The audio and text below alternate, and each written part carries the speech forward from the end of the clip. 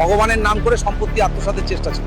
ঘটনা ঘটলেই কিছু মিডিয়া এটাকে সংখ্যালঘু নির্যাতন বলে চালায়, তথ্য যাচাই ছাড়া বিভ্রান্তি ছড়ায়, যা একটি ভয়ঙ্কর খেলা। আপনারা কি মনে করেন খিলক্ষেতের এই ঘটনা ধর্মীয় সহিংসতা ছিল? না ভাই, এটা রেলের জমি, ওরা নোটিশ দিয়েছিল আগেই। অনেকেই বলেন সংখ্যালঘুরা নিরাপদ না, আপনি কি মনে করেন?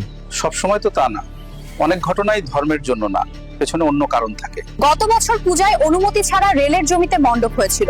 শর্ত ছিল পরে সরাবে, কিন্তু সেটা সরেনি, বরং স্থায়ী মন্দির গড়ার চেষ্টা হয়েছিল। ধর্ম নয়, এটা রেলের জমি, ওরা নোটিশ দিয়েছিল আগেই।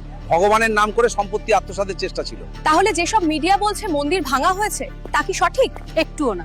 বাইরে থেকে লোক এসে ছবি তুলে মিথ্যা ছড়াচ্ছে, আমাদের কেউ আঘাত করেনি। সংখ্যালঘু শব্দটা শুনে কেমন লাগে? আসলে এটাই আসল সমস্যা, এই শব্দটাই আমাদের আলাদা করে। আমি শুধু মানুষ, বাংলাদেশি মানুষ।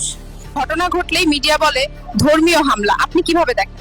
রাজনৈতিক দ্বন্দ্ব বা জায়গা জমির ঝামেলাও তো হয়, সবকিছু ধর্ম দিয়ে বোঝা যায় না। অনেকেই বলছে ধর্মের নামে সংখ্যালঘুদের উপর হামলা হচ্ছে, আপনি কি বলবেন? ইসলাম কোনো নিরীহ মানুষের ক্ষতি সমর্থন করে না, আর ধর্ম নিয়ে গুজব ছড়ানো গুনাহ। এই ঘটনাকে অনেকেই বলছেন তালিবানি স্টাইল, আপনার মন্তব্য কি? তালিবান হলে তো আমি মন্দিরে থাকতেই পারতাম না, এসব কিছু লোকের নাটক। আপনার ধর্মীয় পরিচয় কি কখনো আপনাকে আলাদা করেছে? না, সৃষ্টিকর্তা কিন্তু একজনই, তাছাড়া আমি বাংলাদেশি, এই দেশ আমার ঘর।